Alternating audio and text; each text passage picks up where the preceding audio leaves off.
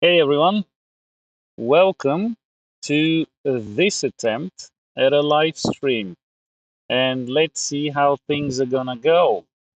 For once, starting on time, although sadly, not the best upload rate. There seems to be a fair few drop frames, but we'll see how this is going to progress. So I apologize for any disruption in the video. I'm just hoping the audio is gonna go as it should. Now, the itinerary for today would be to flash. Let me just switch that over. You can see right there in the video feed from the other camera, you can see the plane here, one unit of Reptile Dragon. And we're going to be flashing it with ArduPilot and hopefully flying it. So yeah, we'll see how this goes. As it appears, nobody has yet joined the stream, but you know, I'm just gonna be over here yapping away. I have put the chat on screen for posterity because, you know, enabling and turning that on when you're watching it after the fact is a bit of a faff, and probably not a lot of people do it. So yeah. I don't know. Maybe I should wait for somebody to join in. Not sure. Anyone coming at all? Okay. Oh, okay, hold on. My video is still unlisted. Jesus. Done. Alright. Wow. Okay. A VTOL just took off above me, and hopefully it's not gonna crash. Върни малко гъста! Yeah, he's giving it his all. All right, let's see. Oh, people started showing up. Yeah, I guess making. Yeah, hi guys. I guess making the video public does help then. You might be hearing some sounds around me. I'm not alone at the field right now. A big VTOL just took off, and a few people have brought their copters around. So we'll just have to make do. Sadly, the video stream upload speed is crap again for some reason. I'm not sure why. I tested this half an hour ago and it was running fine at full speed, no drops. Now something's again interfering, but since we haven't yet started, let me just try something for a quick second. I want to try and reinitiate the tethering from my phone and see if that improves things. So hold on, guys. Okay. All right. So yeah, didn't help. Did not help. All right. Anyway, 5 people. Okay, so let's get started. Now, I'm not going to be able to pay much attention to the chat as this is happening. You know, for obvious reasons. So maybe if you want to ask something that I can address later on, tag me so I can see it easier. Or, you know, should you decide to, use that super chat where you make sure you get your question answered and you'll be supporting the channel. But with that being said, let's try and get things moving, shall we? All right. So I have here the Reptile Dragon V2 Oh, actually, I hope you can hear me all right. Can somebody confirm? Hi from Brazil. Hey, can somebody confirm that the audio is working? Anyone? Okay, I can hear a VTOL landing. Ooh, ooh. Okay. Can you see it? Right there. Right there. Wow, wow. Okay. All right. It landed. It's in one piece. That's a good thing. Ooh, a few comments. Hear you. All right. To see how you set up differential thrust, I find the rudder my Reptile Dragon is useless. Really? Okay. Yes. Okay. Okay. One more thing I wanted to ask. I feel like the stock CG points on the Raptor on the Dragon are a bit too far forward. Anyone got any ideas about that?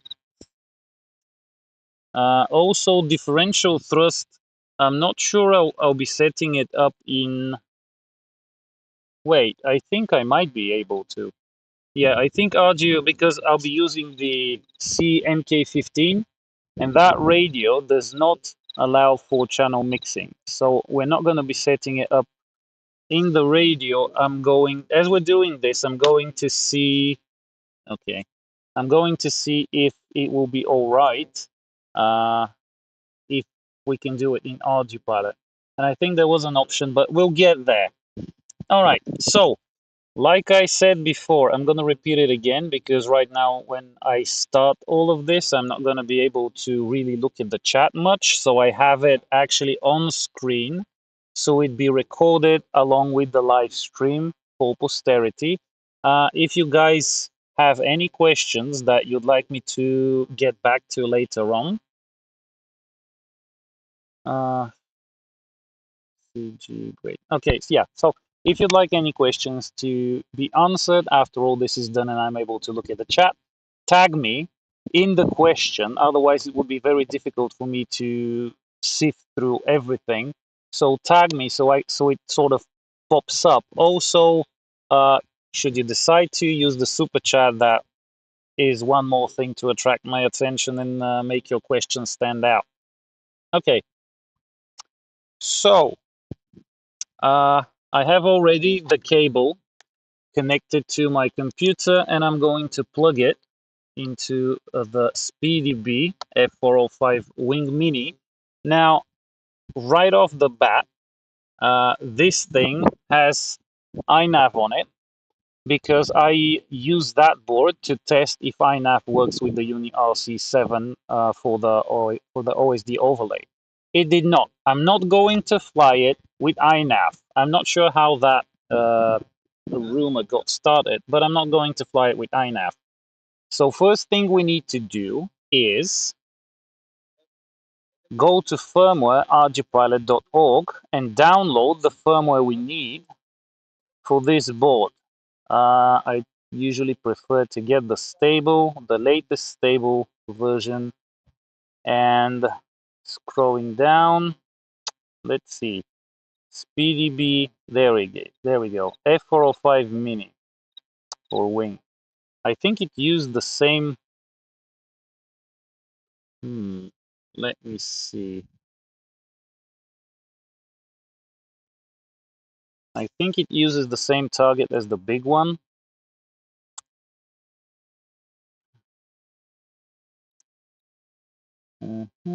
Okay, quite a lot of dropped frames it seems. I'm really sorry about this, guys. It worked fine half an hour ago when I tested it. And right now it's working like shit. I only hope the audio is making it through as it should be. Okay, ArduPilot F405 Wing. Yeah, okay, so it has the same target as the big one. So if we have iNav on the board, what the file you need to download is ArduPlane with bootloader.hex. Now we're going to put that right there. And once it's done downloading, next thing you need is the iNav configurator. Right now, the board is connected. It's on COM9. I checked that ahead of time. So there are a few ways to do this. Sometimes it works, other times it doesn't. One of the ways is to do it as it is right now and try to flash it. And it may get the board into DFU mode automatically, or it may not. What you may want to do is unplug the board, press the button, and then plug it again, and it will go into DFU. In iNav, this will change automatically top right corner. Then you go to firmware flasher. All of this here does not interest you. Load local firmware, ArduPlane. Okay, that is not the one we need. Hold on. Yeah, this is the one we need. Navigate to the file you just downloaded, click open. It should load it up and then flash firmware. If everything's all right, you should see the erasing bar fill up, and then it will go flash the thing, and then it will verify it. So just wait it out. Let's see. 15 people. Nice. Nice. Okay. The Reptile Dragon is cursed. Uh, Fly far and wide. Would you care to elaborate on that?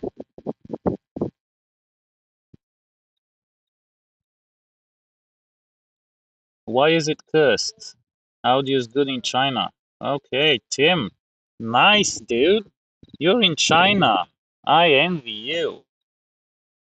Throttle left, throttle right. Yeah, that's exactly, Keith. That is exactly what I was thinking. I'm not going to do it with the servo function parameter. I'm going to do it from the servo output. In the drop-down menu, you can assign these things. So I'm going to use that. It makes it a bit easier. If you have to go digging through all of this in the full parameter list, we're going to turn people away. Oh, DFU in Clyde. Okay, guys, this is supposed to be easier, not more difficult. No Clive. Come on. I know INAP peeps like to use Clive, but still. All right, so programming successful. Uh, okay, programming successful. Once that is done, you can close down the iNav configurator and we can bring up Mission Planner. Now, just as a good practice, disconnect the autopilot from the USB to restart it. At this point, I do not have the battery plugged in, so keep that in mind. I'm powering the autopilot purely from the laptop.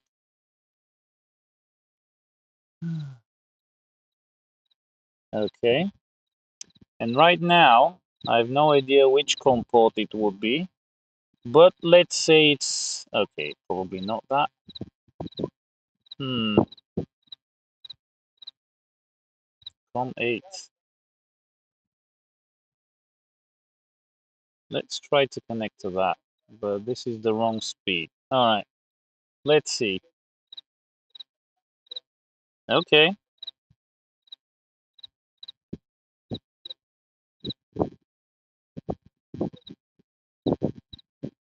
All right. So there we go.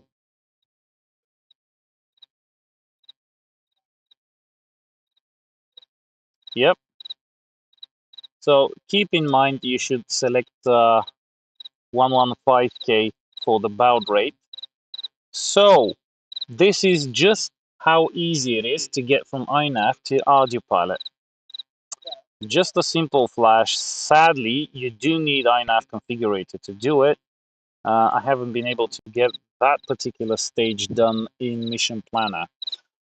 So now we have ArduPlane, the latest stable one. So there are a few things that need to be done before we can go flying. Now, for safety reasons, because I have my props tightened down, I'm going to disconnect the ESCs from power,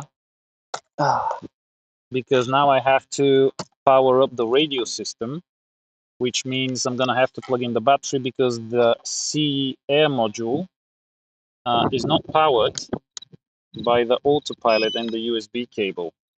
But in order to be able to set up the channels, we're gonna have to plug in the battery.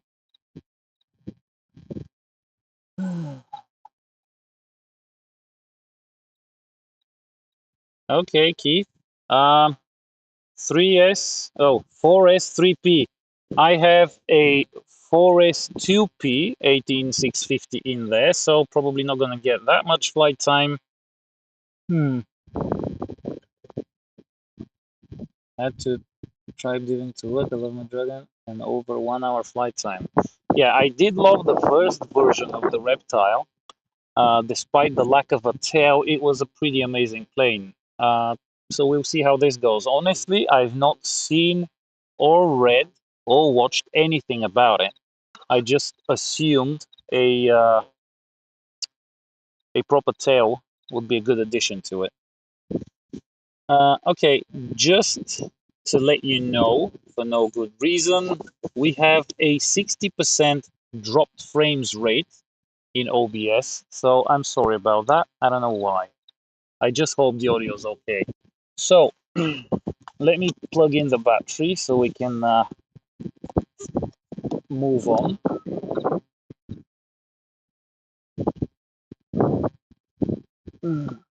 Now I have to wait for these two to link up. But despite that, we can maybe get some work done. Now, the SpeedyBee supposedly has a link over Bluetooth. So what I want to do now is give that a try. So I'm going to disconnect Mission Planner here. And I just want to see, we have standard over 20, 23, 17. Okay, these are the existing Bluetooth comms. I'm even gonna close that down. And now I'm gonna disconnect the cable and I'm going to go into the Bluetooth settings and let's see if we can get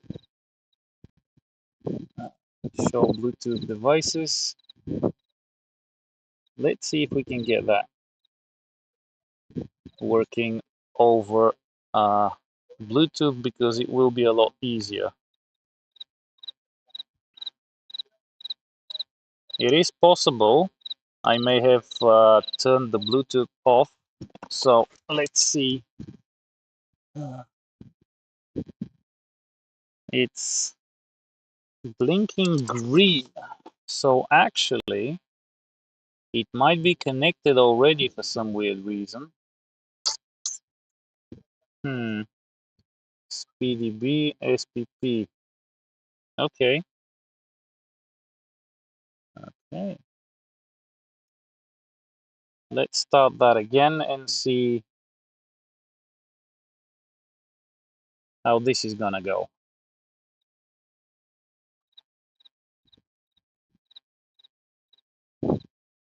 Yeah, my laptop is definitely not liking the heat. I'm gonna have to get a tent. Let's put that here. Okay.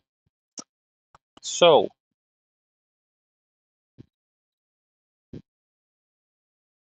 let's see which one might be the lucky one.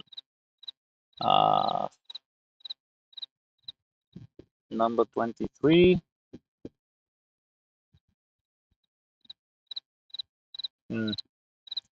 It would appear not. Yeah. 24 should be the Bluetooth as well. Not that one. Okay, I think it would be easier if I remove everything that might look like a device.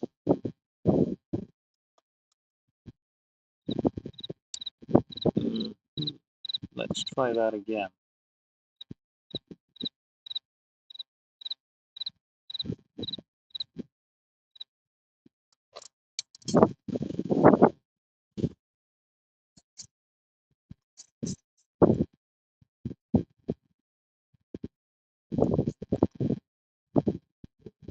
Okay, now it's blinking green.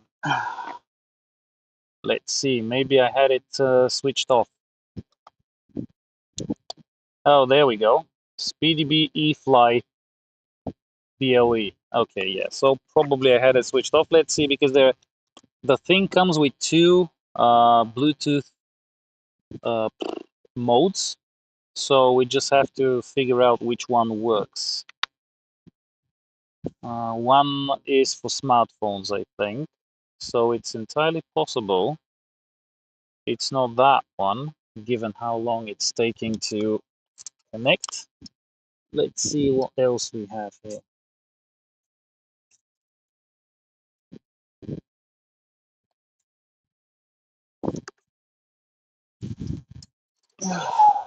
Try connecting. Let's try that again.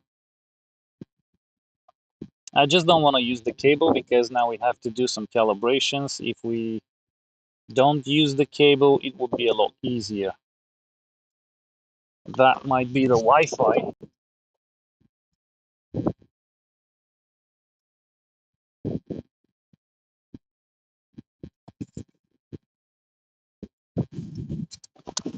Got some purple LED blinking. Let's see. Ah, master. Okay. Wow. Cobra FPV 4S3P 21700. Are you serious? Jesus. That is a heavy battery. How's the plane taking it?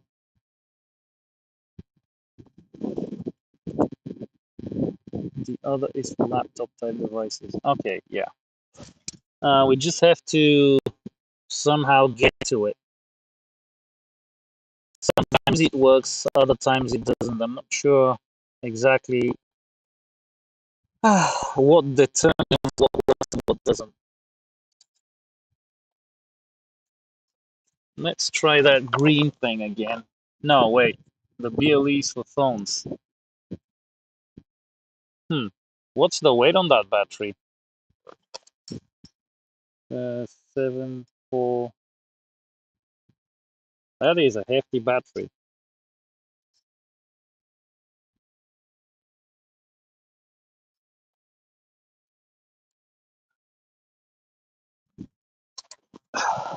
Okay.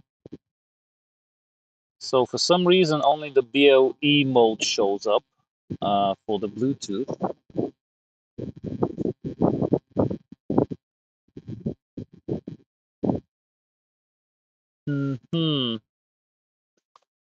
And the other modes do not,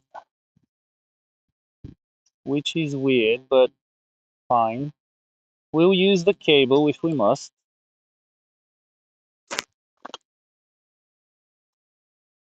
I was really hoping the Bluetooth would work. Doesn't work.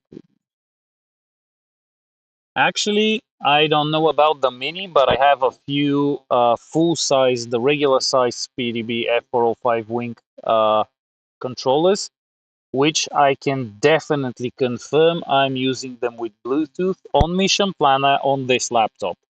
They're just not uh, the ones I'm using on this plane. Maybe the Mini is different. I don't know. Okay.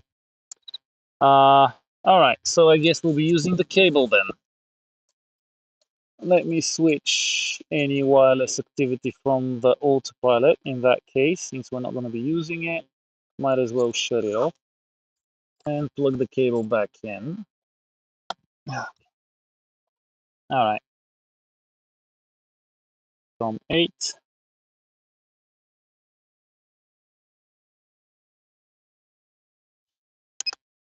Okay. CFPV. We should get video though. Yep. Video showed right up on here, but now we need to go into the TX app thingy to set up the channels properly. Okay, so let's go. First thing you might want to do is calibrate the accelerometers. And these are probably not the ideal locations for that because it does require sort of a level surface, but I think we'll be fine. Now, what I want to do, since the plane is currently, the autopilot is currently not recognizing the air module, is I want to put it in manual mode so it stops wiggling around. And then we go back to calibrate the accelerometers. Now, this is going to be a bit weird having to do it not on a stationary still place, but I think it will be fine. You select the top option, and when it tells you, place the vehicle level and press any button. I will assume this is sort of level. Press the button and just follow the instructions on screen. Okay. Left side.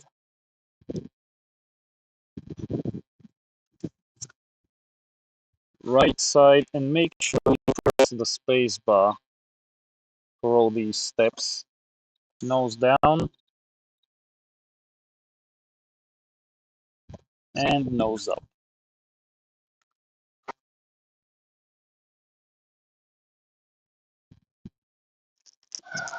And last on its back.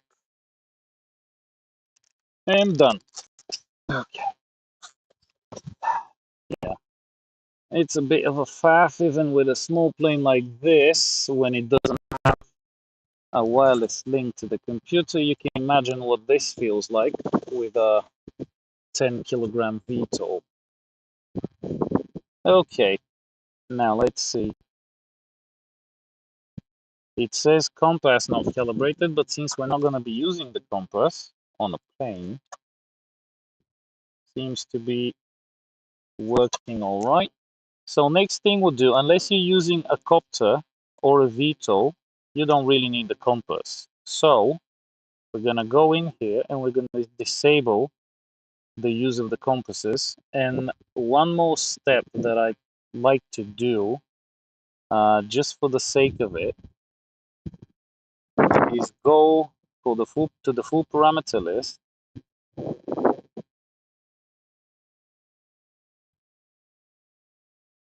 And on the left in the tree, find compass. And find in here compass use. Right now you can see we remove the ticks, so it has disabled the compasses. A good thing to do right now, just to make sure, is to hit the reboot button. This will disconnect Mission Planner, but we'll restart the autopilot without having to disconnect the cable. This is just so it starts up without needing the compass. All right, let's move on. Radio calibration. Now, we have signal, so it is seeing the radio's S-bus, it's all in the wrong place. So we go to servo output to remedy that situation, and it's not really very different from what you do in iNav, just looks different. And since we have two motors, we need to have them on two separate channels. Now, let me just double check here. So I have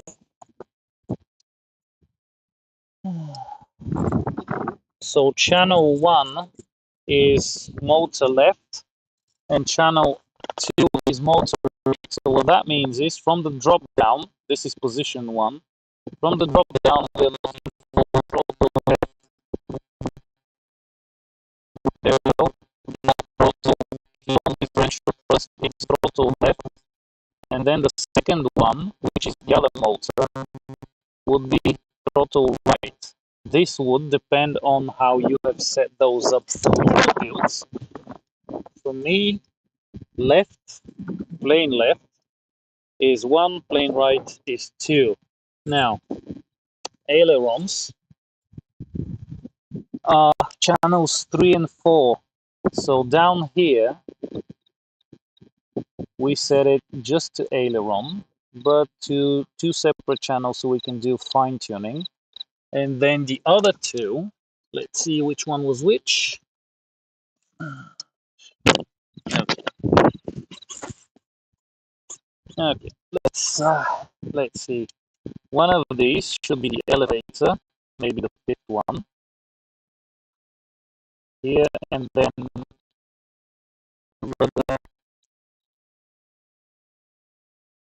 there.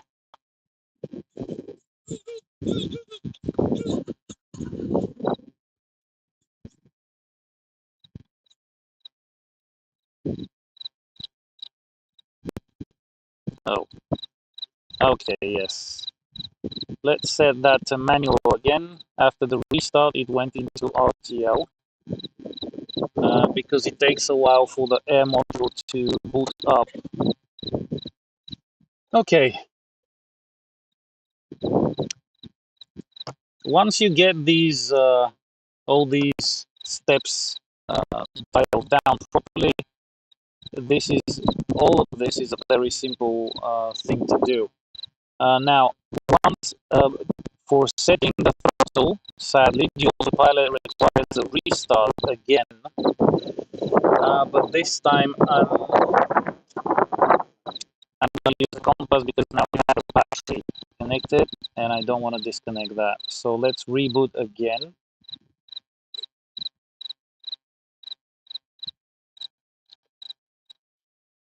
And now you see the throttle channels properly set to 1100.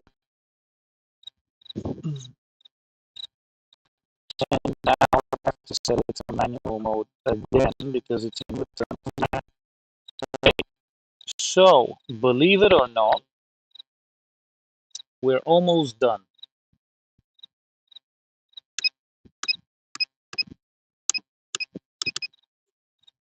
Okay. Channel 8, so you need to set that on your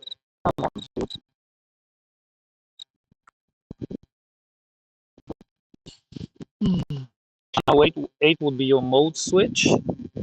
Crickets, yeah.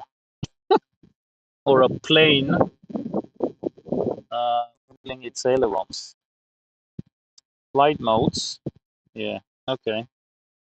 We don't want that to be return to land, manual, fly-by-wire, and here we have something which I like to set is auto. Yeah, or cruise, depending on, no, but well, hold on. In this case, I'm going to use auto tune. Yeah. Let me just refresh that. Yeah. Auto tune, manual, channel 8. Now, you can set up other channels. In fact, channel 6, let's go to configuration to set up the action for channel 6. Although, maybe it's a good idea. Actual crickets, where are they? Where are the actual crickets? This was the plane doing some weird shit, not crickets. Okay, let's do the radio calibration. Radio calibration, we now have everything as it should be. Up, down. This needs to be reversed. But let's calibrate it and then we'll deal with this. Okay. Click the button and move all the sticks and switches to their extreme points, or at least everything you're going to be using, just so ArduPilot knows its limits, buttons, sliders, whatever. Just move it.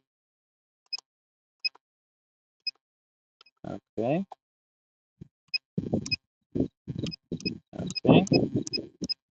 All right. And then click when done. Click it, wait for it to do whatever it's doing. It will confirm all of this and you're done. So right now, it's almost ready to fly. And get this. Yeah, because the the aileron stopped wiggling around in return to land. That's why you think you heard crickets. We need to reverse the ailerons, and you do that by clicking these tick boxes here. So, oh wait, yeah.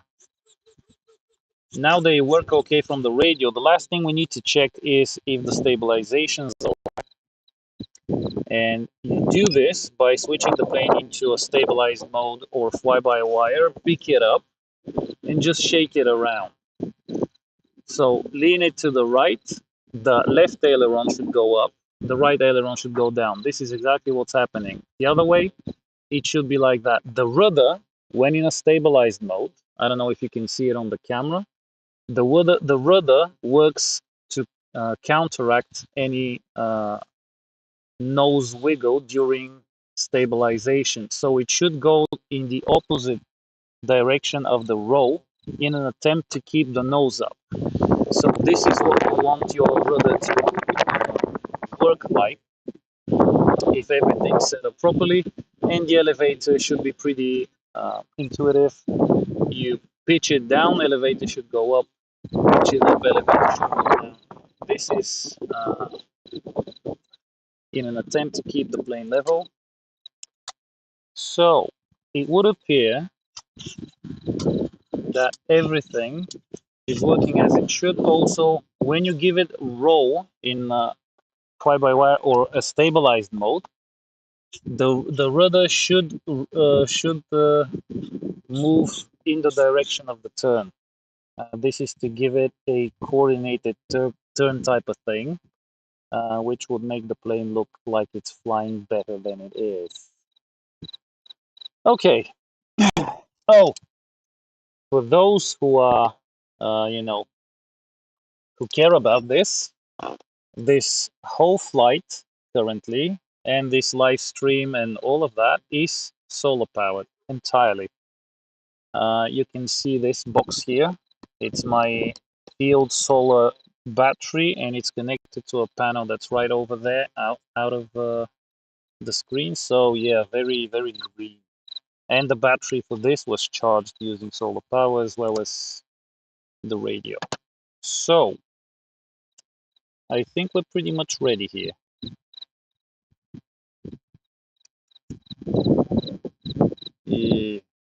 Haven't done what? Surface calibration check. I did just do it. Yes, sorry. Like I said, I can't keep track of the chat. So might be a little bit slow to respond to things there. But as far as I can see, things are working. Now, what we need to do now is actually calibrate the throttle range for the speedos.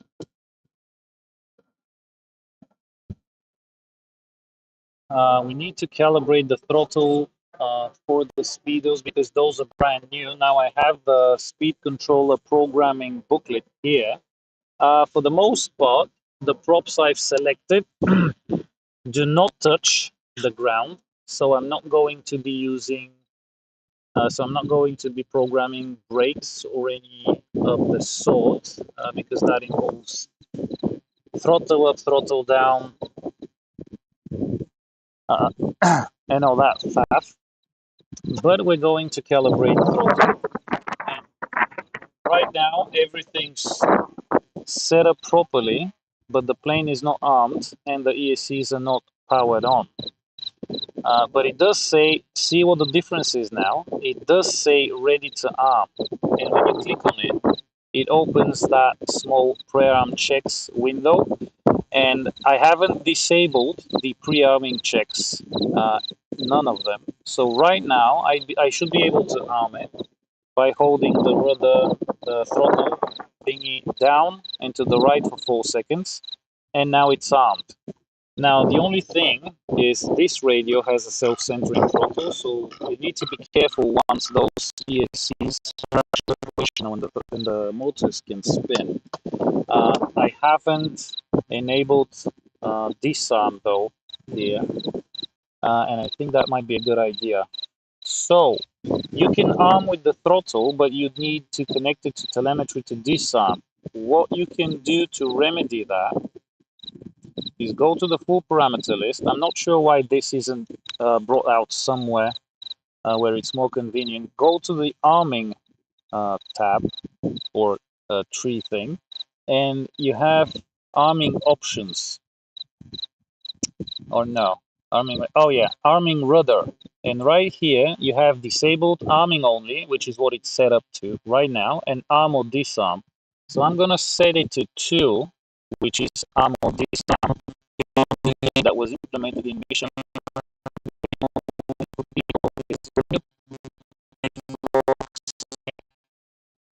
It gives you this drop down, and you can just set it from there. It will, and then you just write the parameters, top right corner. Successfully done. And one more thing that I wanted to show you, just let's test it.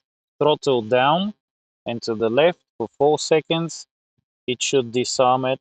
There we go. Okay, let's go back to the config tab right up top and go to user parameters. And in user parameters, you have a list of channels and you can assign different functions or modes to it.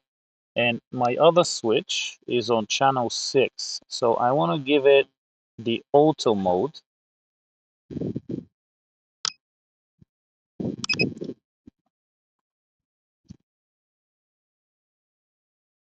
And just by clicking away, it saves it. So now it's again in return to land, but it's in return to land because it tried to switch to the auto mode. And the auto mode currently does not have a mission in it. So it will automatically assume the mission's done and will switch to return to land. And, you know, return to land sort of works on ArduPilot. Who would have thought? Who would have thought that return to land or return to home, or call it whatever you want to call it, and, this is a sort of an interesting topic for me. Who would have thought that not having to do any setup for return to home or land or whatever would still make it work perfectly every time? And you're about to see that, actually. I just want to reverse channel 6 because right now it's reversed. I need to bring it back to normal. Yeah, there we go. All right. Now, next thing we need to check, if I switch off the radio, will it switch to return to land? So, power off that thing. Hold on. Power off. I don't know if you'll be able to see it, but the radio will switch off right now with the beep. Radio's off. Plane goes into circle mode for a few seconds until it regains the signal or not, and then goes into return to land. So we have confirmed that return to land engages, at least engages properly. Now, one more thing that I want to do. Yeah, ArduPilot magic, exactly. One more thing that I want to do just to rub it in. To people who say, never use auto takeoff on Maiden. I use auto takeoff on Maiden pretty much all the time, unless it's some special case which requires me not to use it and use manual. Why? Because ArduPilot in general, but ArduPlane in particular, because on copters you don't usually use auto takeoff unless you're doing work missions or something. ArduPilot is extremely reliable in its default parameters. So I've never had an issue with auto takeoff unless I've messed up something with the plane, something like forget to rotate the board upside down in software when it's mounted upside down, or back to front, or something like that. It was always the few times that I've had issues with auto takeoff. it's been it's been an oversight on my part. Yeah. For plane, okay, now we have established connection. We can switch out of return to land, and it says return to land mode not armable, which is, expected. Okay, last thing I want to do, and this is how we're going to do it, is I want to calibrate the throttle range on the ESC so they start and stop together. Do this by first arming the model, and then we're going to plug them in one by one. But see, the thing is, the self-centering throttle, it doesn't stay up. It defaults to the center, so I only have the use of one of my hands. So I might actually call for backup. Ще дойдеш ли да включиш това? Първо единия, после другия. So my friend here is going to assist me. I'm holding throttle to full. I'm holding throttle to full while he's plugging in the ESC for the throttle range calibration. When I hear the beep, I move it down, wait for it to beep, test it if it's working. Изключи го сега. And now you disconnect it and you repeat for the other ESC. Throttle up, plug it in, wait for the beeps, throttle down, wait for the confirmation, and test it working, plug it down. Thank you. You're welcome. Yeah. So it's done. It's done. We can disarm it now just for safety. And we can now actually switch, plug the battery out, plug in the ESCs. Wait, it's not that. Plug these in, push them in to be out of the way.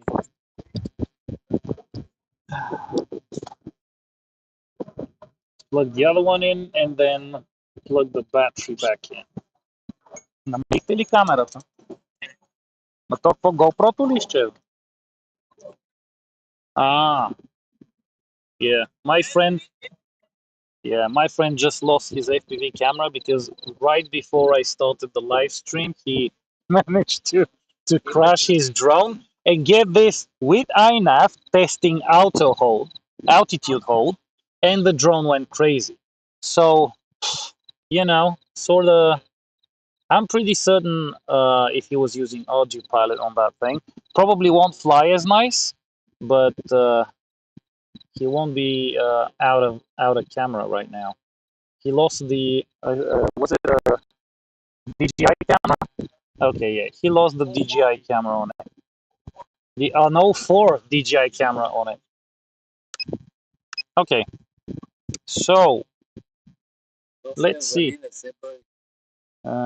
Почти съм готов. Okay, armed. Get this, it's armed. Releasing the throttle makes the motor spin in more or less. Yeah.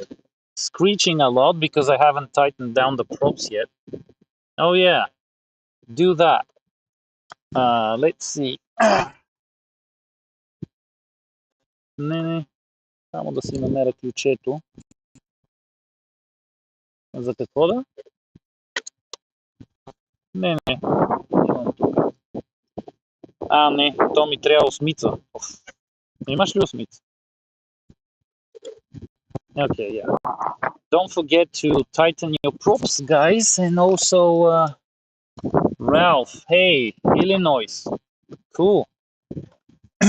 Did you just wake up? I don't know where exactly Illinois is. Thank you. Okay, let's tighten these suckers up.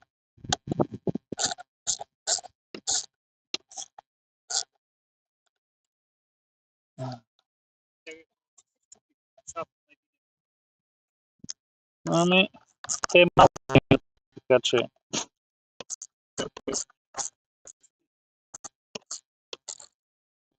I hate these props. They always cut me when I'm tightening them down.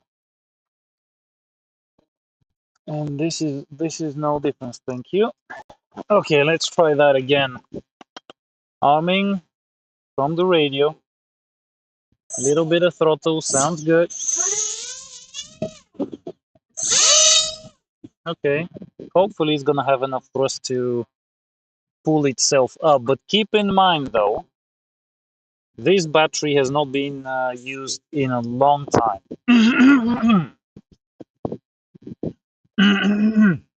Chicago. Okay.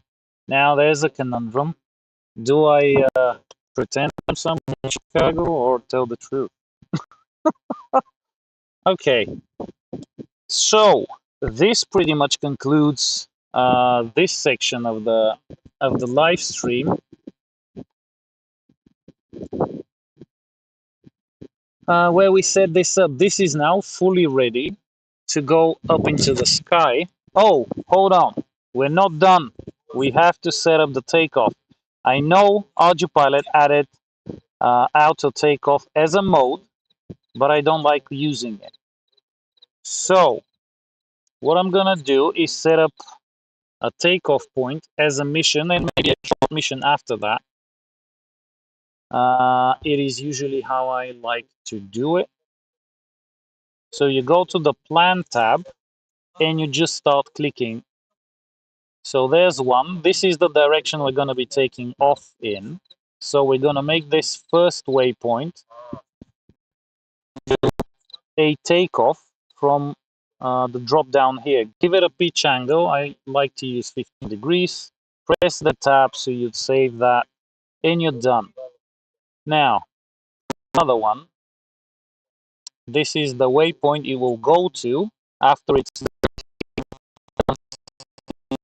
150 meters of altitude. Let's put a few more, but since the sun is currently behind my back, I'll be using currently and hopefully successfully the CMK15 with the CHM30 air module in the plane.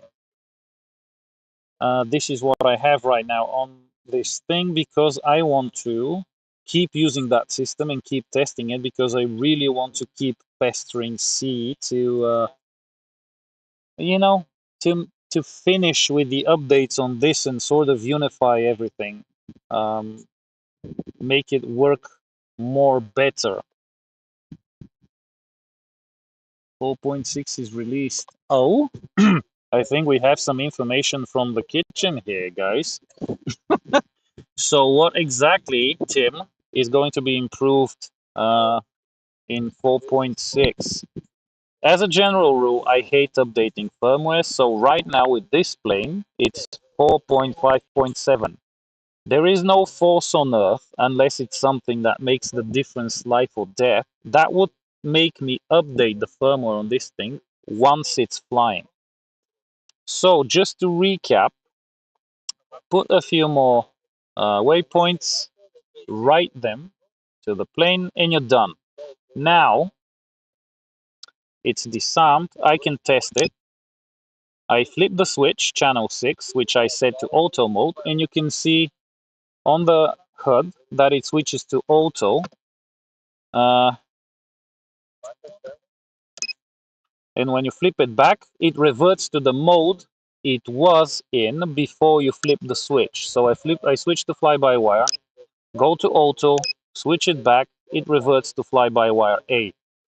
When I flip the switch even further up, it goes to auto tune. So what's going to happen now is I'm going to use auto takeoff.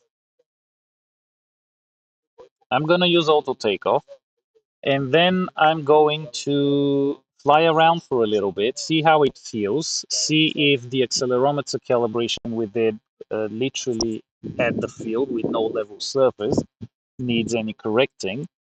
And then we're gonna do an auto tune if CG is okay. Currently, I feel like the little bumps in the foam on here are a bit too far forward.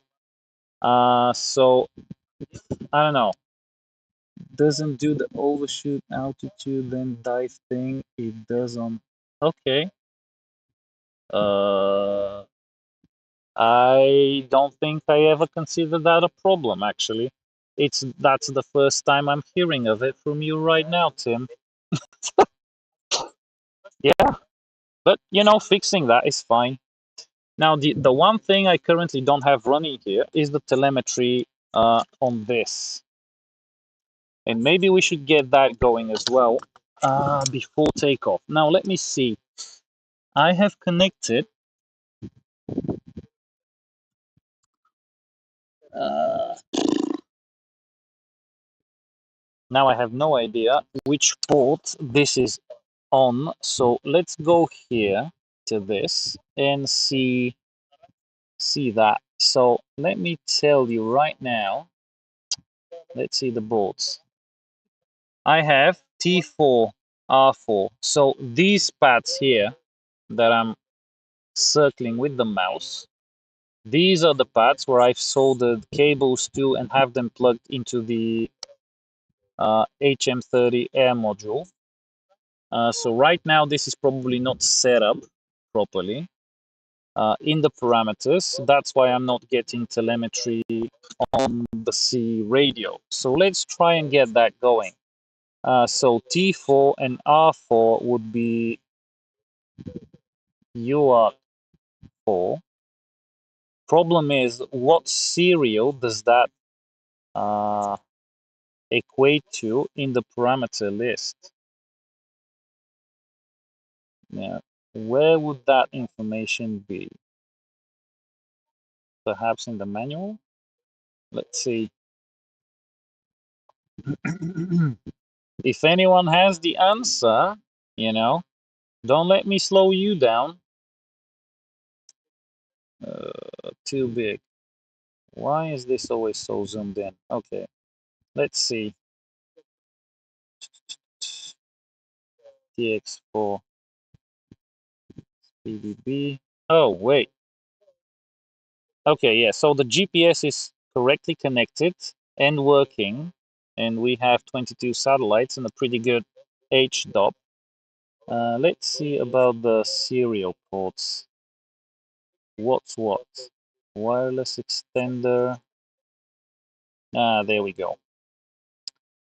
TX4, UART4, user. Okay, so that is serial. Let's see. So which one's the GPS? This is how we're gonna figure it out. Whichever one's the GPS, the next one would be this. Okay, serial 3, protocol 5 is GPS. Serial 4 is currently disabled. All right, so let's see. Baud rate. So we need to set it to Mavlink 2, I think. And this is, though, not the baud rate that I want. Uh, I'm not sure if it was 57. I think it's that one. 57K is the baud rate we want. And the protocol is Mavlink 2. Yeah. So write those parameters and let's see what happens. Might need just use the full parameter list and search for serial. Yeah, I know how to use that. Serial setup tab, scroll down further to get product mapping in the manual. Yes, yes, yes. I did find it. I actually have seen that. Yeah, the serial port thingy in the setup tab. Though for some reason, the serial ports I do prefer to I've been doing it that way for so long. But yeah, setup tab, serial ports sub tab, and you get access to all of this in a nice graphical user interface way. So this is basically what we did. We changed the baud rate from 230 the protocol to having 2. Uh, Now, it's still not showing up here, but perhaps it needs a restart. So You know the drill. Go to the compass thingy and hit reboot. And let's see what happens. Yeah, it doesn't change. Okay, good. Success. We have telemetry updates in the radio. See how easy that was? That is not difficult, or not more difficult than iNav. It's just a bit more, spread around, not in such a nice graphical user interface. I still don't hold it against it. Let's see, still configuring the GPS. That's fine. It will be done with that. So now we are ready to fly. Sadly, from this radio, I'm not able to share the telemetry downstream or video to the laptop so I can stream it to you. But I'm going to take the camera and set it up so that you can see the takeoff, hopefully the landing, and I'm going to try and fly as close as possible to the camera so the plane would stay in view.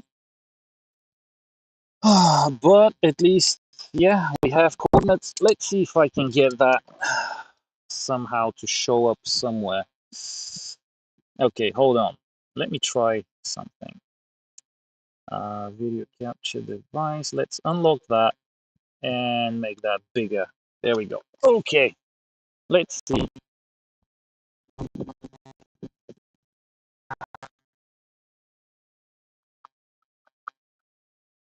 Okay, there we go. So, telemetry showing, videos working, and the plane is also working. So, go time, people. Let me just rearrange the camera real quick and we can have a go at it. Okay, I'll be disconnecting this mission planner because we're not gonna need it right now. And maybe let's stretch the camera full screen.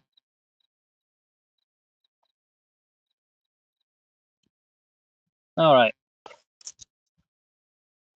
unplug the battery, remove the cable. We're gonna do all of that in just a second anyway.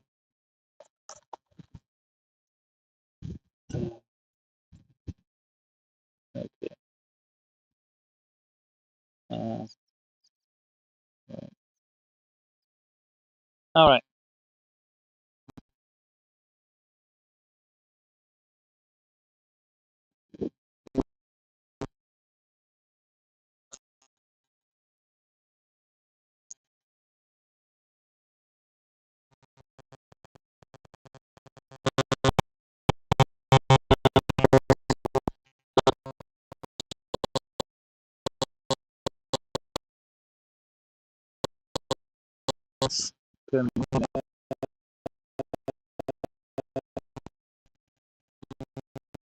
Not gonna affect it too much, I hope.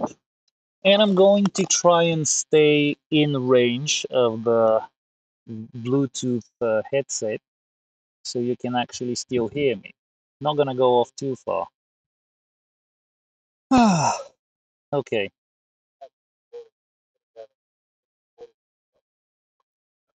Okay. So let's go.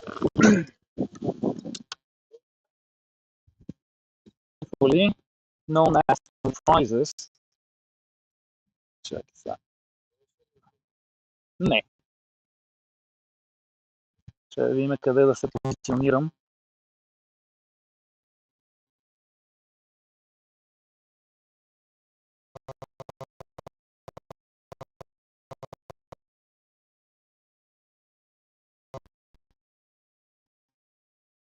Just wait for the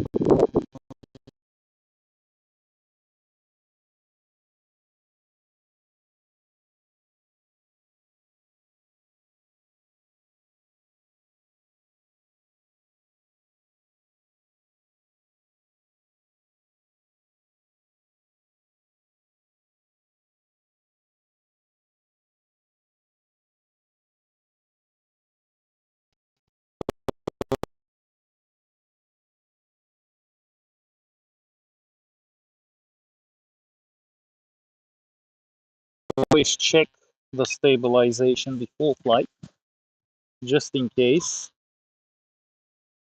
So make sure control surfaces are moving as they should be. I think they are.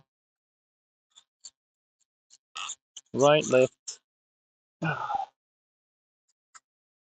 up, down, and right, left. All right. So let's arm this thing.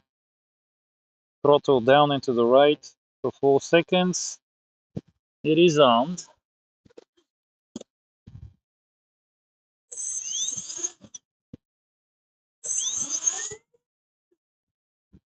All right. Seems to work. So now I need to somehow switch to auto takeoff.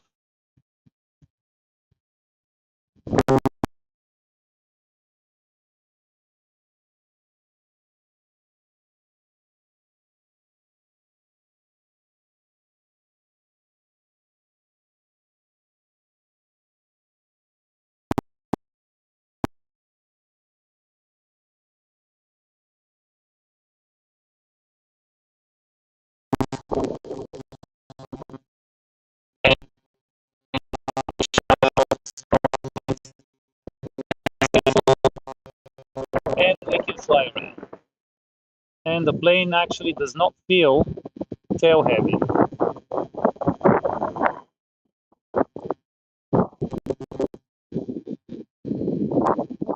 But maybe I should go larger on the props though, but these are the only ones I could find in my workshop. I have larger on the fighter, but I couldn't find them.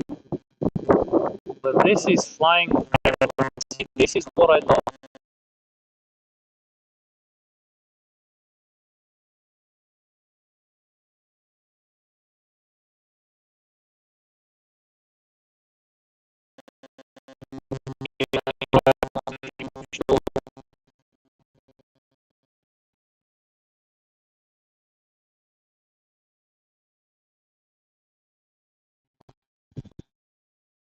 Actually, let me put it in. See,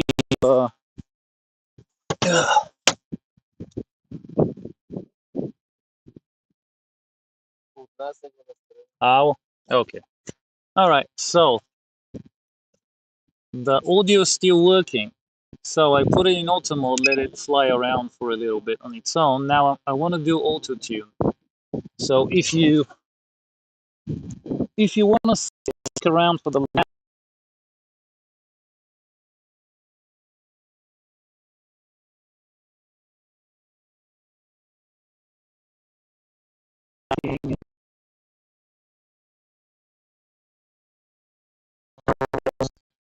there's a lot of shaking.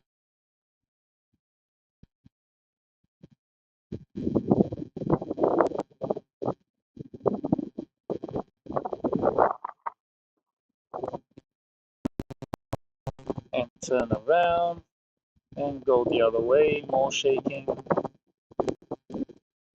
And if you're curious what I'm doing, this is what I'm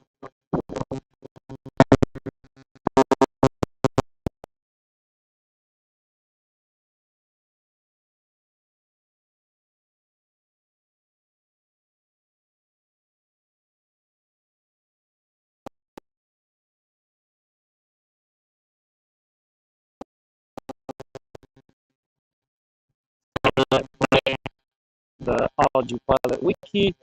This is how you do it, and this is how I've always done it.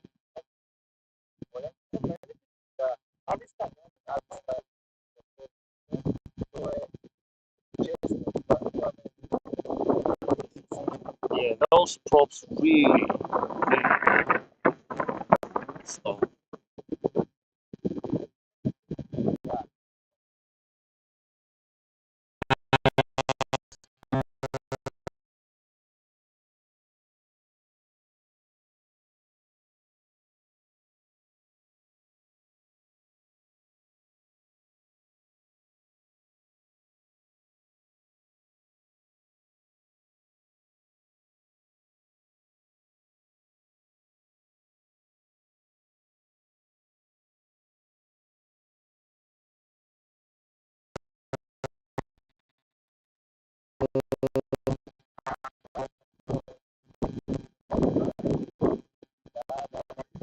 See, this is one situation where having a centering throttle is not all too bad, especially if the plane is able to stay in the air.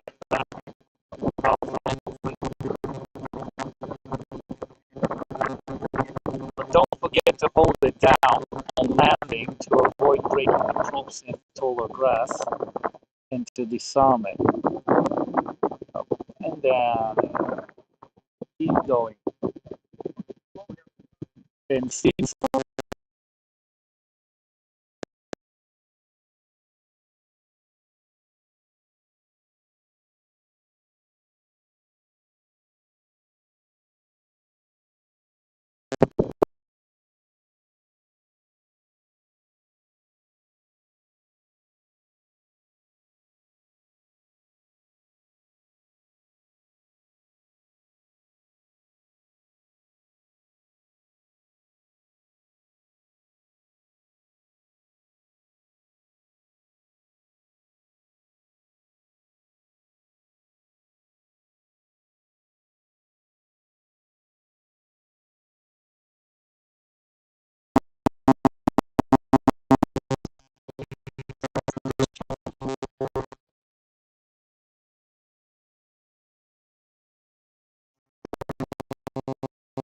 get the gist, just shake it around, shake it around, shake it around, till I decide it's had enough.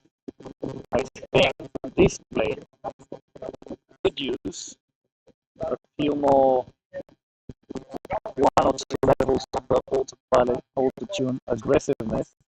Uh, but if you prefer a more docile flight, I should get the job done pretty nicely. Switch back.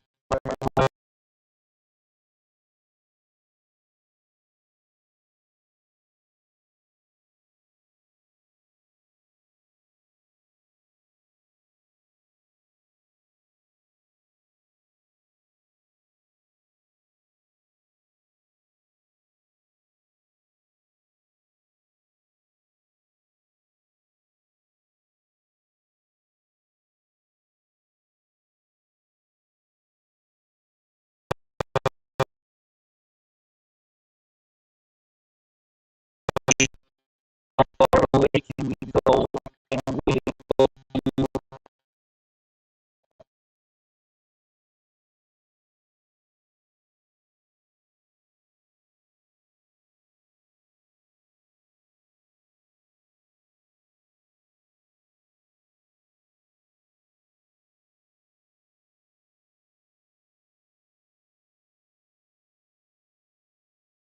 Dynams at full throttle. So I do believe would survive larger prop.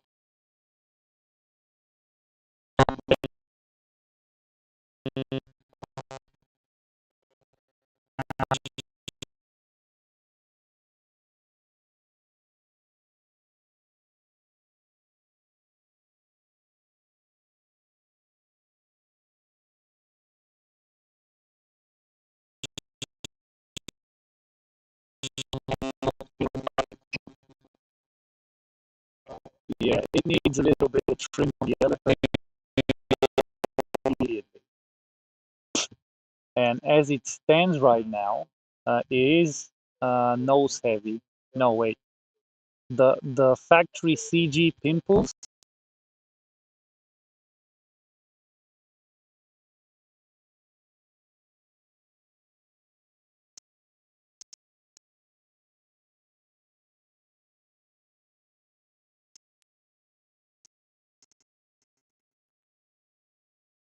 that's something, but it definitely doesn't feel tail heavy. So the CG, the stock station is probably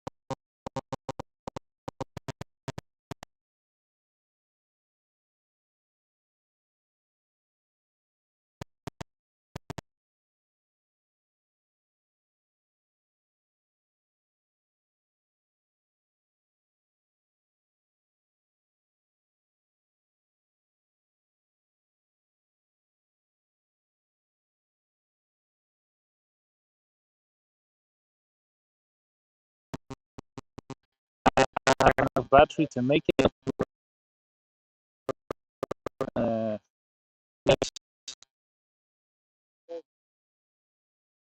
although these are pretty high.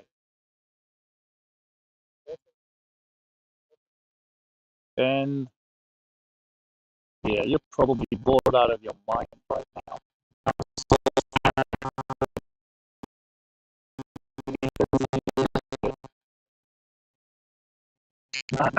Now, just saying, the clouds are at 120 meters of altitude. So, just in case anyone's curious, 120 meters of altitude is where the clouds are at. Just the plane is a bit. So we'll see if it will be able to make it that high.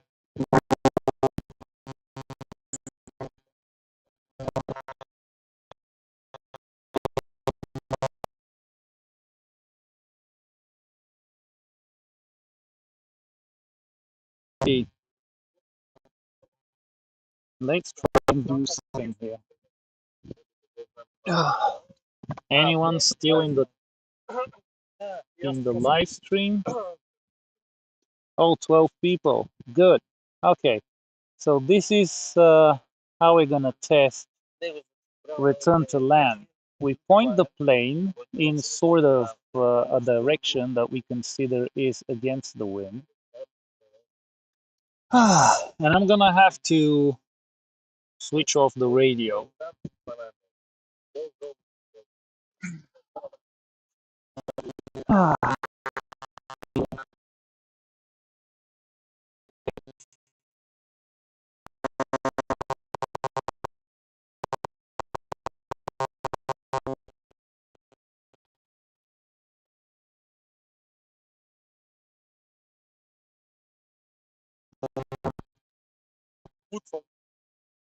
Get the plane where I can keep an eye on it while I boot up the radio back up.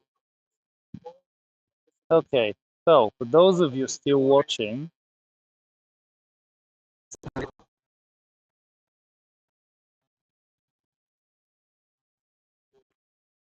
it's fine. You can see it's fine.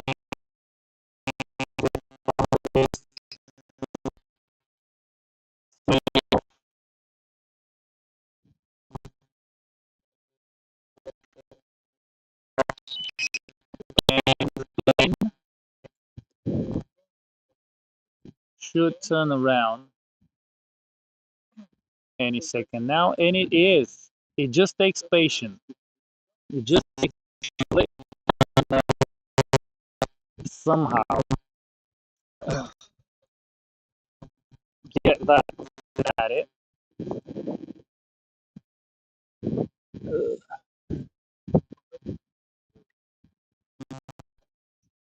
Where are you, Dave? Oh, there we go.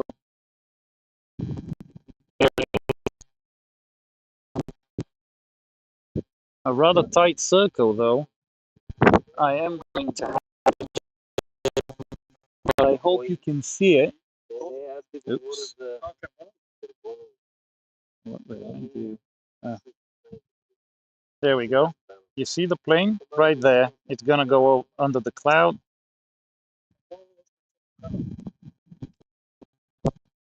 That is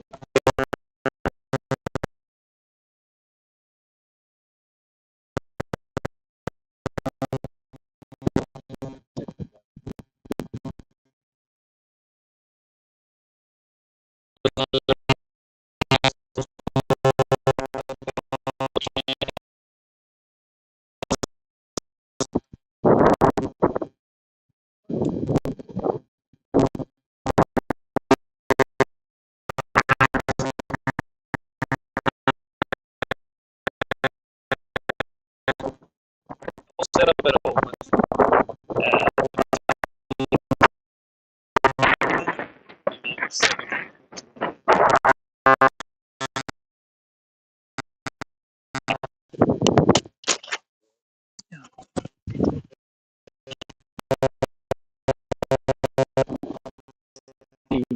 I'm going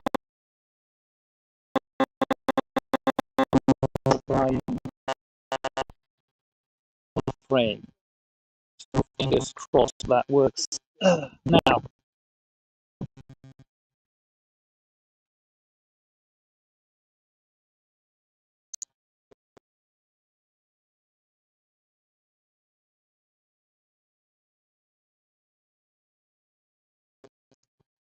way to deny it.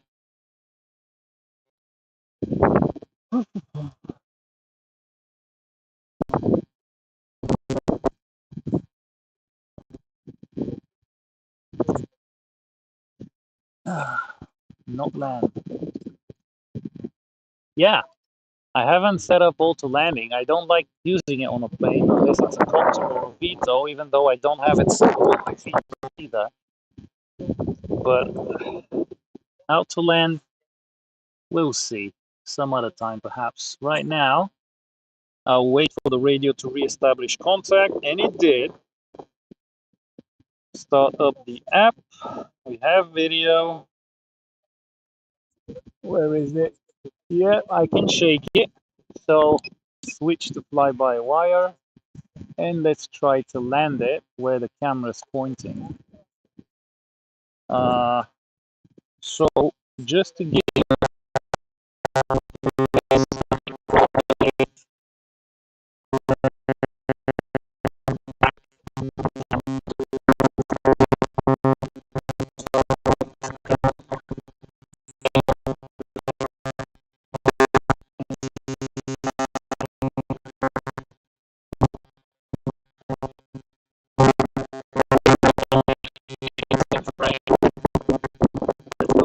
so it can be visible against the background. The grass is tall. Oh, this is awesome. Whoa, that was nice. Okay.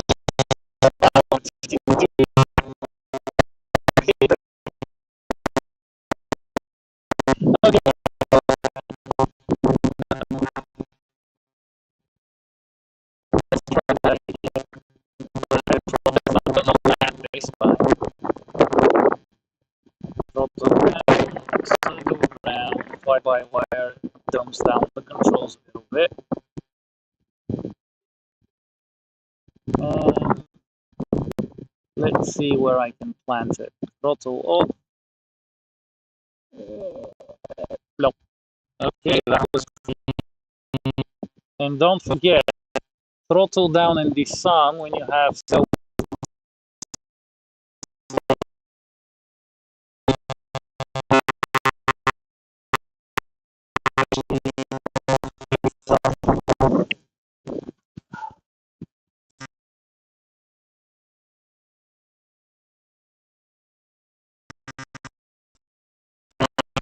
This was nice. This was nice. Let's plug it in to change a few things.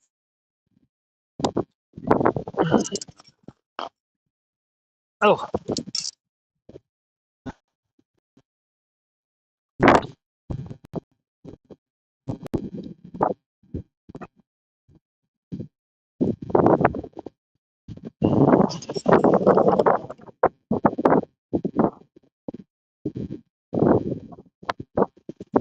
okay. The light's still going. We're still landing. Stable hay. Yeah, it actually managed to slow down quite a bit against the wind. Let's connect it in Mission Planner, but first, let me get my ugly mug off of the screen so you can see Mission Planner.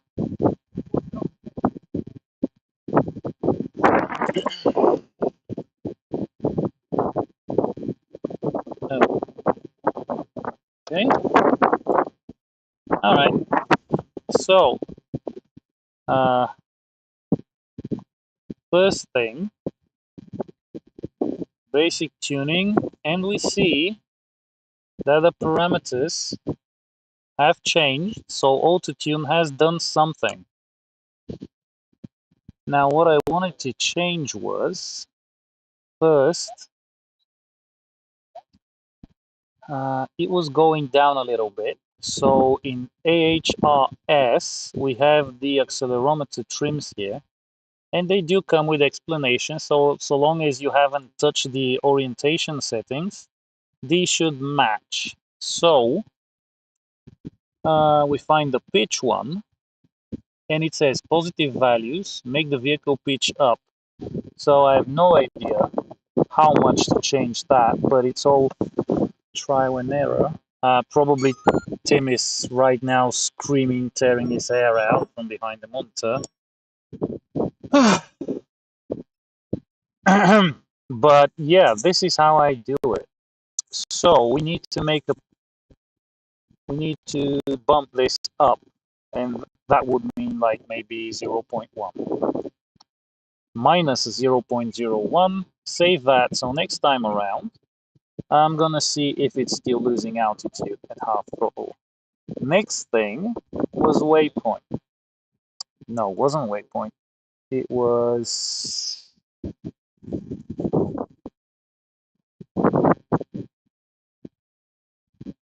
And now you need to be.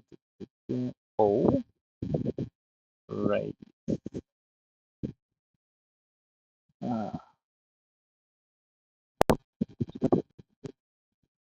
Return to land. Radius. No, it's not that. Where the hell was that setting for the. Or was it loiter? Let's see.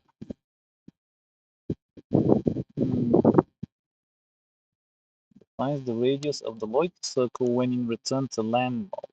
If this is set to 0, then waypoint loiter radius. Okay, yeah, so we need to set that.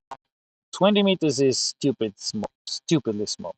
So let's make it 150. I usually go for 300 on larger planes, but the Dragon is rather small. So 150, that means it will do a 300-meter diameter circle. And that looks a lot more comfortable and easy on the plane. You can see our little mission here that it sort of did while I was. Well, Tim, I don't know. Did you have connection issues, or was something else wrong with the plane? This was a pretty safe thing to do, because it's a plane that I know can fly well, and also it's an autopilot system that I know well. So other than something really going wrong during flashing and messing up the whole thing, requiring V-flash, which takes about 2-3 hours of head busting to figure out, which it isn't because we have 50% dropped frames. So I assume the video didn't go so smoothly for you guys, but at least I hope you were able to hear me. Right, so that's sorted. What can we do now?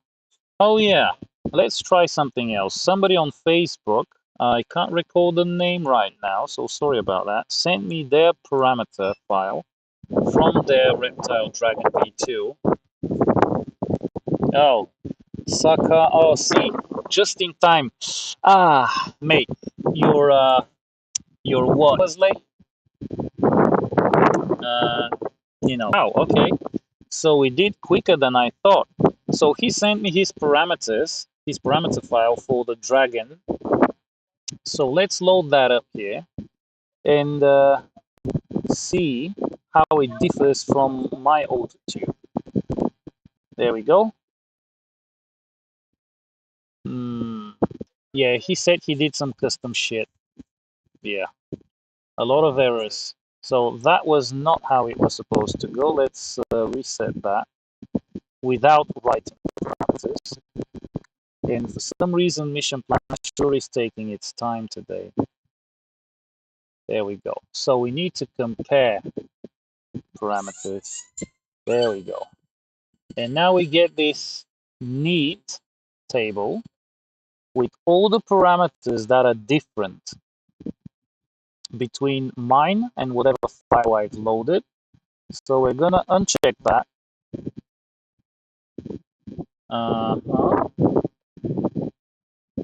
I was trying to do too much, including my video. Well, I'm going to have to do a sort of similar thing with the MFE Hero, doing telemetry and live video from the plane. And the only thing that's been stopping me is either internet connectivity or me the first time around forgetting gear needed to actually get this done. So this is one of my next planned live streams.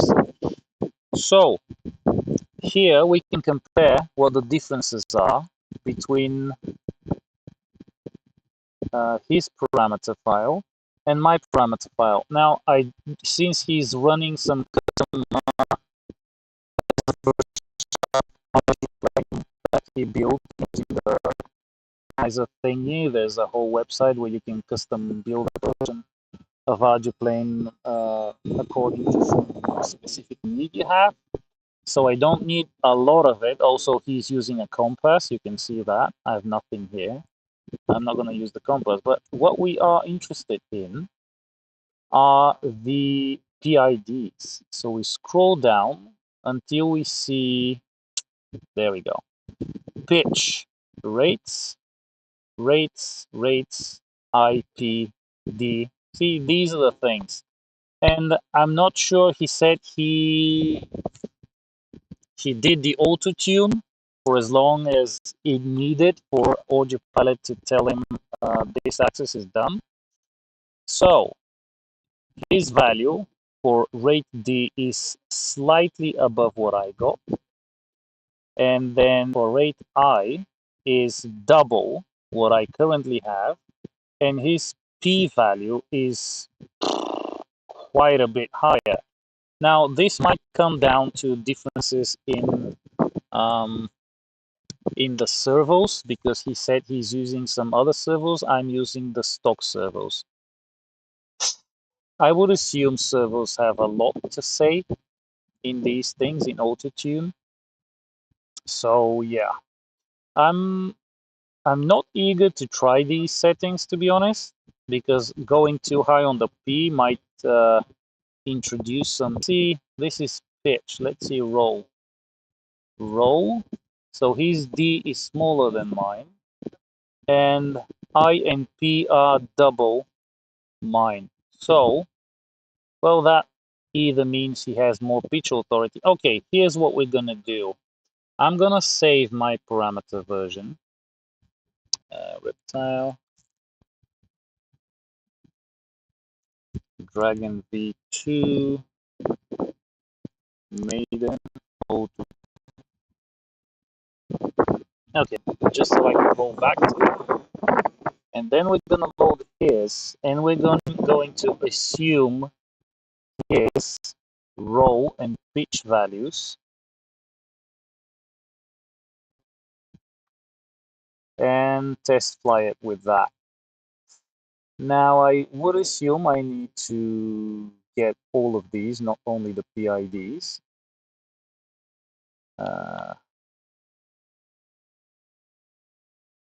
Now, I'm actually scared to look at the chat because Tim's probably blasting me right now. Okay, let's see how this is gonna go. Rate P is out of range. Well, you know, no other way to test that.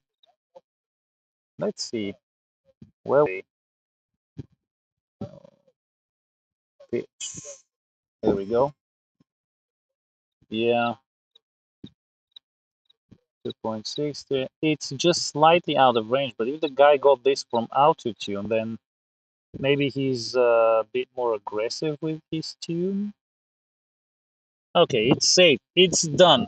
Let's see what Tim has to say about it. Ah,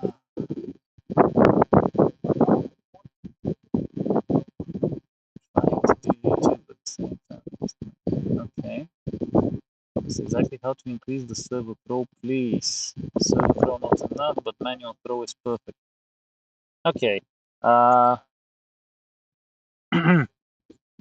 Let's see. As far as I know, when you bump up the p value, the throw increases. So yeah, yeah. Bump up your p-value. Don't forget the I-value. Wow, that's a lot of throw for fly-by-wire. Damn. Okay, let me show you right now if I can do so without hitting something. And let me make this.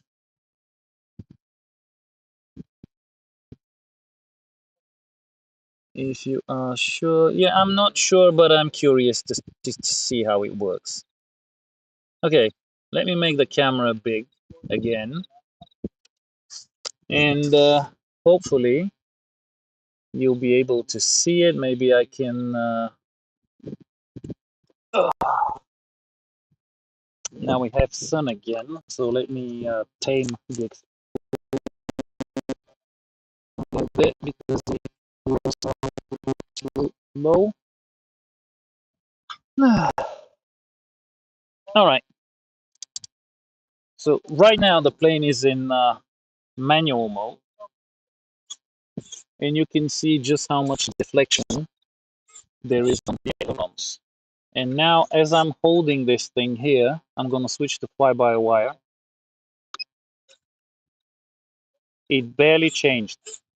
So we have almost full deflection as in manual mode in fly-by-wire, more pronounced and a lot more aggressive.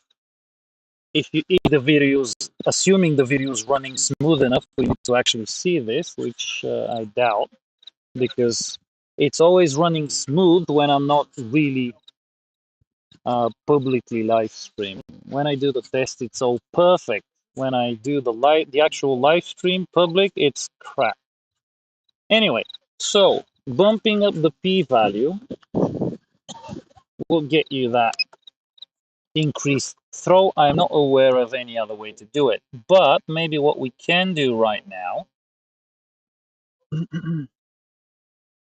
Servo min max, not the p.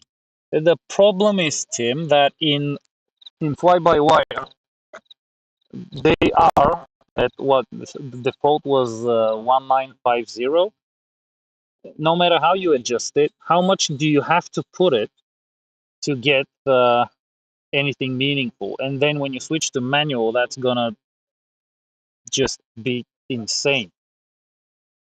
All right, let's try these new parameters that we just saved, the extremely overdone ones. Do another auto takeoff and see how that's gonna go. Uh, where's the wind coming?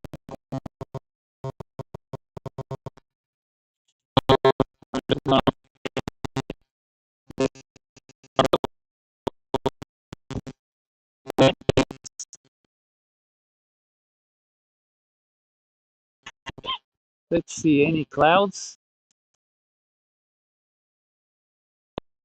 All right, let's disconnect this here.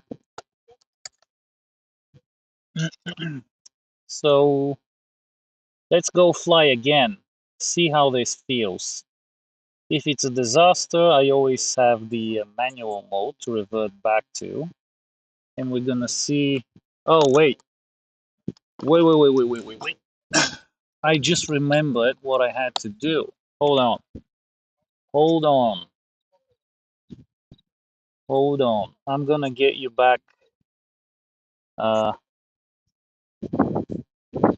I need to adjust the elevator up maybe a little bit from the trim settings because it's obviously pushing the plane down. And how you do this is you go to the setup tab, servo output, and in here you have the trims. So to trim the elevator, we need to adjust the middle value in some direction. Okay, that looks good. So we'll leave it at 1550 and go flying. As soon as you make the change and hit the tab, it saves it, applies it, and I just saw the elevator move up. All right, so let's go fly this thing. Disconnecting the cable, putting the canopy on, and let's see. I hope everybody can see. Let me refocus this thing though. Far into the distance. Okay.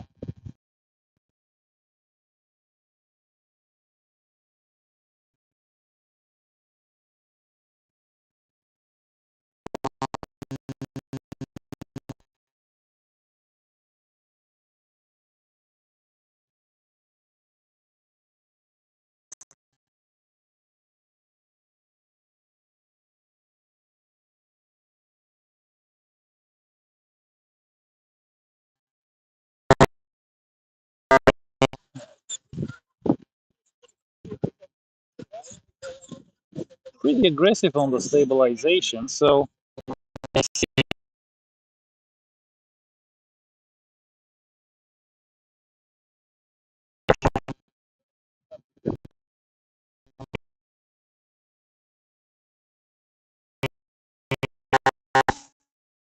all right. Yeah, jumps up and down, though it's not all the time. So stopping this, yeah, it's a bit too nervous. These servos are not okay for this tune.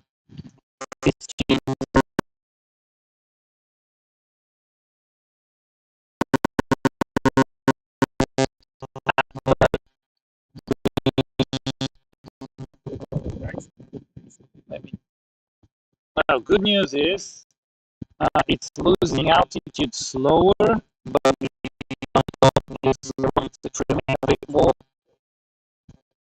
because it definitely needs more. Uh, all right.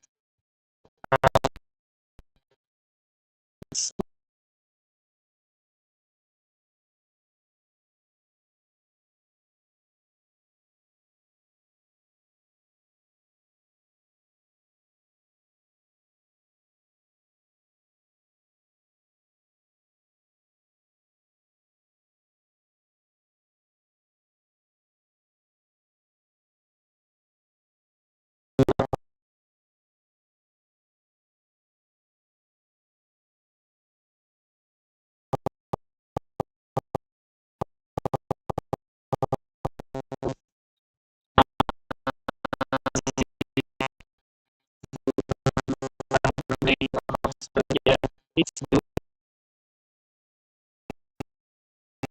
shocking. Funny that. Return to land working a second time without doing any settings related to return to land. It's some magic. How can you explain it otherwise? You know, yesterday I saw some guy, oh, this is amazing. The plane is now almost sitting in one place, giving it all it's got against the wind. It's barely making any headway. So yeah, I'm gonna have to get bigger props with a higher pitch because these are not good.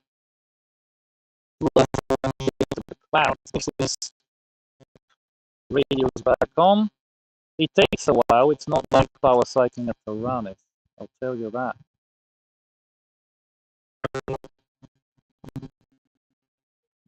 All right, let's see manual mode. Okay, no longer dips down. Yay!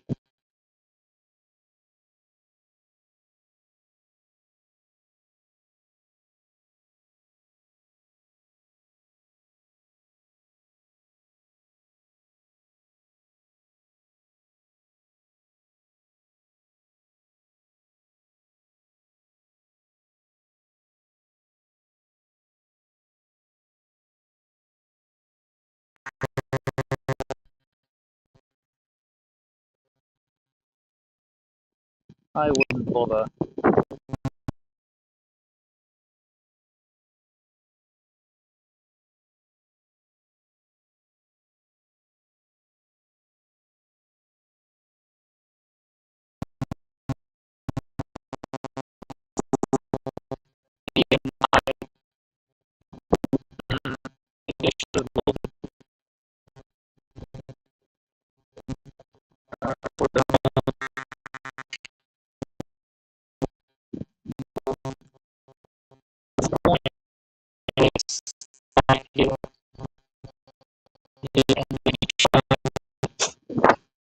right there. Let's see how this is gonna go.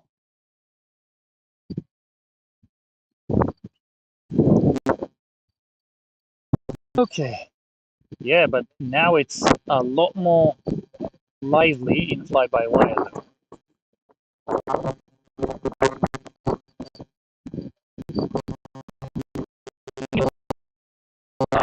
With the ESC throttle would be oops. Okay, the wind is picking up. One thing you want to do along with the calibration is to much the better. But if you don't, just use that scheme with the throttle up and down to switch off the low voltage protection. Because with lithium ion batteries, I feel like this is important to do. So here it comes. Am I gonna make it?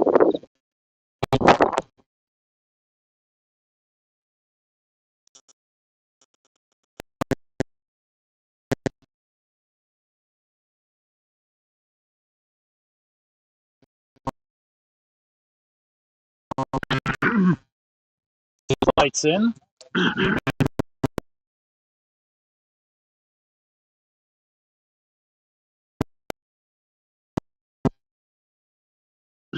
Not enough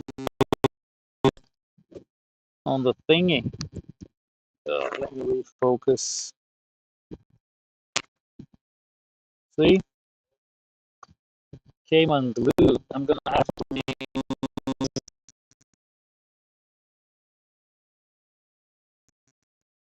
no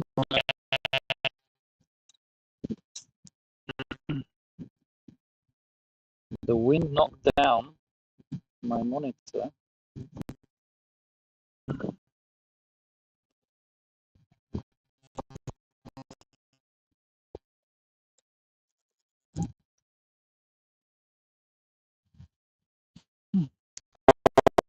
Let me show you real quick.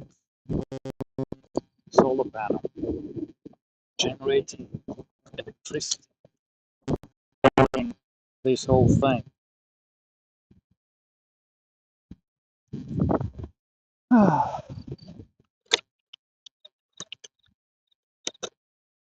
Okay, so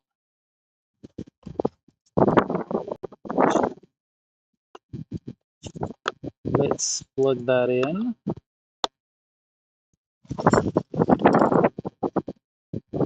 Okay, I can see the internet's still not okay. And make that video small again and load up the parameters. All right, so the servos I have, I'm using the stock servos on the ailerons and the rudder, but I have a Corona servo on the elevator because I did not want to give that job to a plastic gear servo. And yes, the stock servos that come with the Dragon V2 are plastic. So I wouldn't exactly recommend it. Recommend them. I just didn't have the desire to deal with modifying the beds for the ailerons and the rudder to fit the Coronas because they're a bit larger. So I put it in the elevator. That did not require any modifications.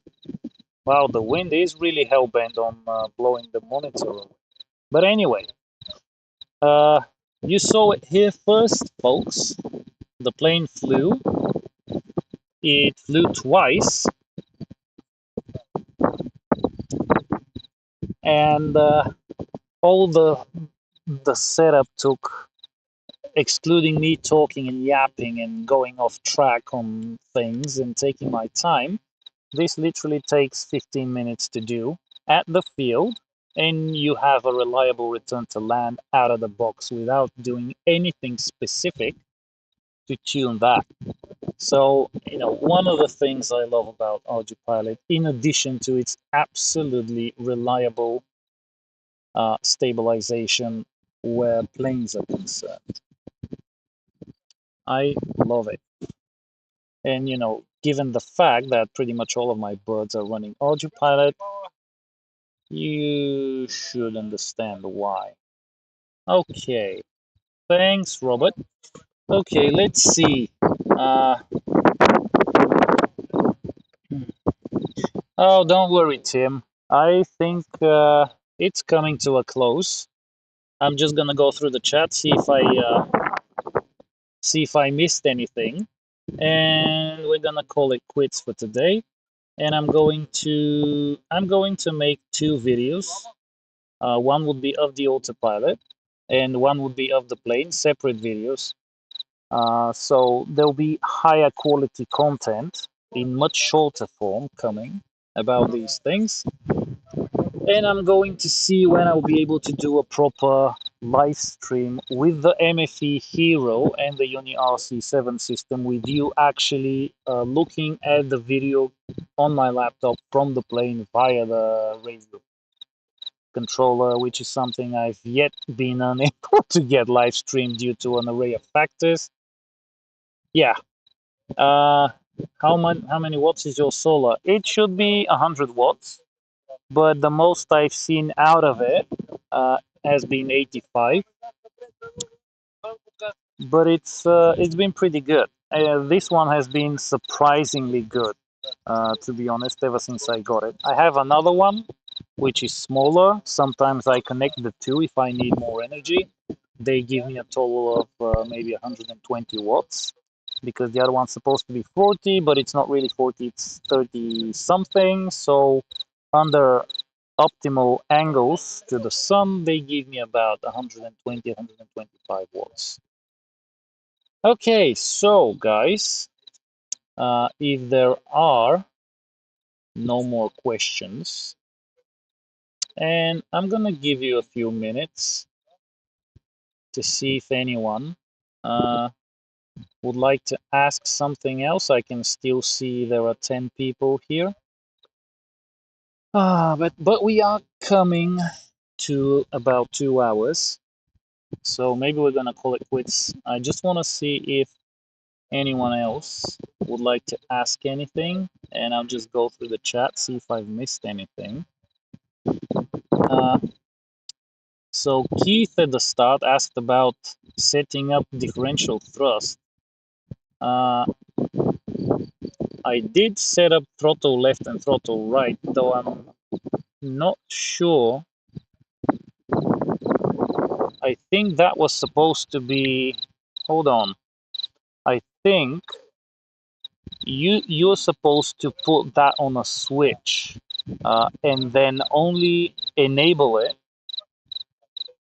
when you want to. So you can have the option to disable that in case it's too sensitive. Let me see, because I do remember having it on the T1 Ranger in the beginning before I made it a VTOL. And I know I had it on a switch where I would switch it off, but it might have been programming in the Taranis that I did. Or maybe just ArduPilot allows you uses the motors to aid the rudder, but doesn't give you full control, so you don't disintegrate the plane. I'm gonna have to look into that, because I don't see a mode related to anything of the sort here. Yeah, I don't see it right now. Okay, let's see. Audio is good. CG not. Okay, so my CG is, oops, is not here where the factory pimple thing is. It's about 15 millimeters to the rear, and I think that is the actual point where it should be.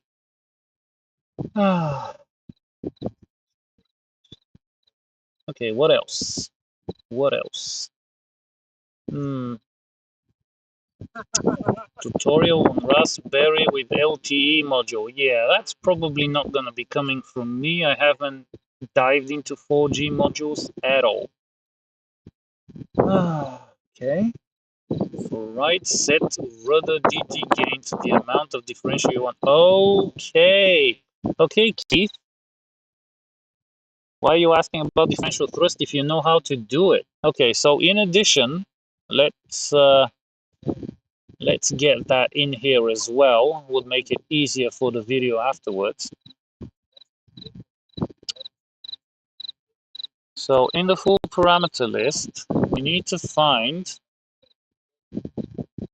rudder DT gain, which sets the amount of differential thrust we want once we set throttle left and throttle right. There we go. Oh, gain control from rudder to differential thrust. So default value is 10%. So this is very small. So if you want to do like a flat spin where it basically goes crazy on one motor and completely stops the other one, you would go 100% on this. If you don't want to do that, let's try 50. I'm not gonna fire now. I just would like to remember before next time that this is set to 50. And perhaps if this works in manual mode, this is gonna be a lot of fun. Okay, let's see what else. 1.5 hours of flight time. That was with the crazy big battery.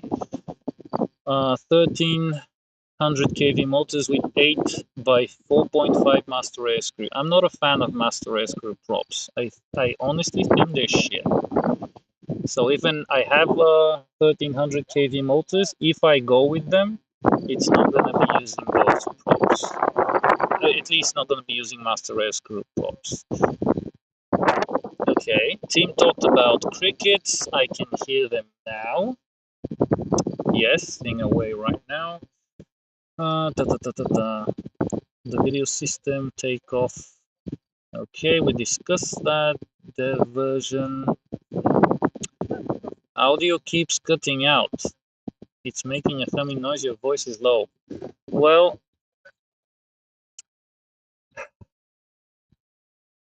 oh, yeah. The internet is not optimal. Sorry, guys. Really sorry about that. And it was running perfectly smoothly just before I started the live stream. When I was doing the initial testing, I started it full green all the way. I test streamed for like 6 minutes. It was perfect, not a single drop frame. I stop it and I restarted in 15 minutes without really anything. And it's this crap you've been enjoying.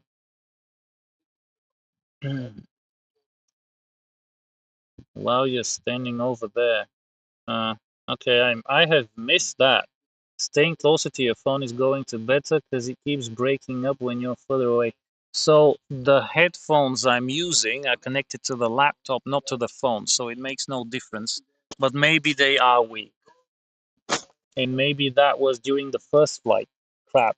Okay, yeah, I'm gonna have to get some better headphones, perhaps, or use a condenser microphone. But then you'd be able to hear every guy in the village here mowing their lawn. Okay. Take 2 steps back and it's clear. That's the factory CG. Yeah, so maybe I should stay closer to the. You see, the problem is if I'm closer to the laptop, I'm way too close to the camera. So I'm going further out, so you can basically not see, every hair on my head. Hmm. Okay. Something live streamy, this and that, a lot of drop frames. Okay, I think we're gonna call it. Oh, do you do live one? Help at cost for our help in personalized setup. Uh, Skyforce, 7 minutes ago. Um, Hourly help in personalized setup. If I can help, yeah, sure, why not? I mean, I can always use the money for the channel, so I'm good. What? We'll stay with iNav. My CG is always on max. Cobra FPV. All right. Well, iNav has nothing to do with the CG. Just in case, I know you probably were not uh, referring to that, but just in case, yeah, fine. I mean, I hear the argument, well, Ardu is just too complicated. It's not, it's as graphical as iNav. So that's why I decided to do this because I had a new plane due for building and flying, and I thought I'd just do that live, and I'll probably then condense it into two separate videos of the autopilot on its own and then the plane on its own. I'm gonna need to fly it more though for that. But yeah, this is pretty simple. Once you know what to do, it's calibrate the accelerometer, disable the compass, calibrate the radio, set up your output channels. Basically the same thing you need to do in iNav. It just looks different, and that's pretty much it. Then you just set up your auto takeoff and auto tune on channels, which you would have to do in iNav. But here it's literally you set auto takeoff on a switch or set up a mission with the first waypoint being auto takeoff, and that's it. No other setup needed, no other setup for the return to land. It's literally 10 minutes of work. You arm it and you let it rip, and it rips. I've done this numerous times, not the whole setup thing, but what I've done is set up this in my workshop. I go to the flying field, use auto, throw the plane in the air, do a quick auto tune, and then send it to the top of that mountain over, which I used to frequent quite a lot, to the top on the same flight, on the maiden flight. So I've seen so much good from ArduPilot and so much reliability. Everything that's been wrong with it has been my fault by overlooking something, and it's been very, very rare for that to happen. Uh, I don't want to, say anything bad about iNav, though I don't have much good to say about it out of my experience. But I look at the iNav group, and there is constantly somebody complaining of a crashed plane. Constantly. You go to the ArduPilot group, there's none of that. So, I don't know. Always auto launch. Yeah, yeah. All right, guys. Thank you so much for participating. It was fun, and we'll probably do it again sometime with something else. And next live, hopefully, would be of the MFO, live streaming from something, either a mountain top flight or range test. I'll figure it out. But right now, I haven't forgotten any of the gear I need, so everything seems to be working. And yeah, other than the videos, the connection speed and the drop frames, which is now sitting at 55%. Anyway, I'm not going to waste any more of your time.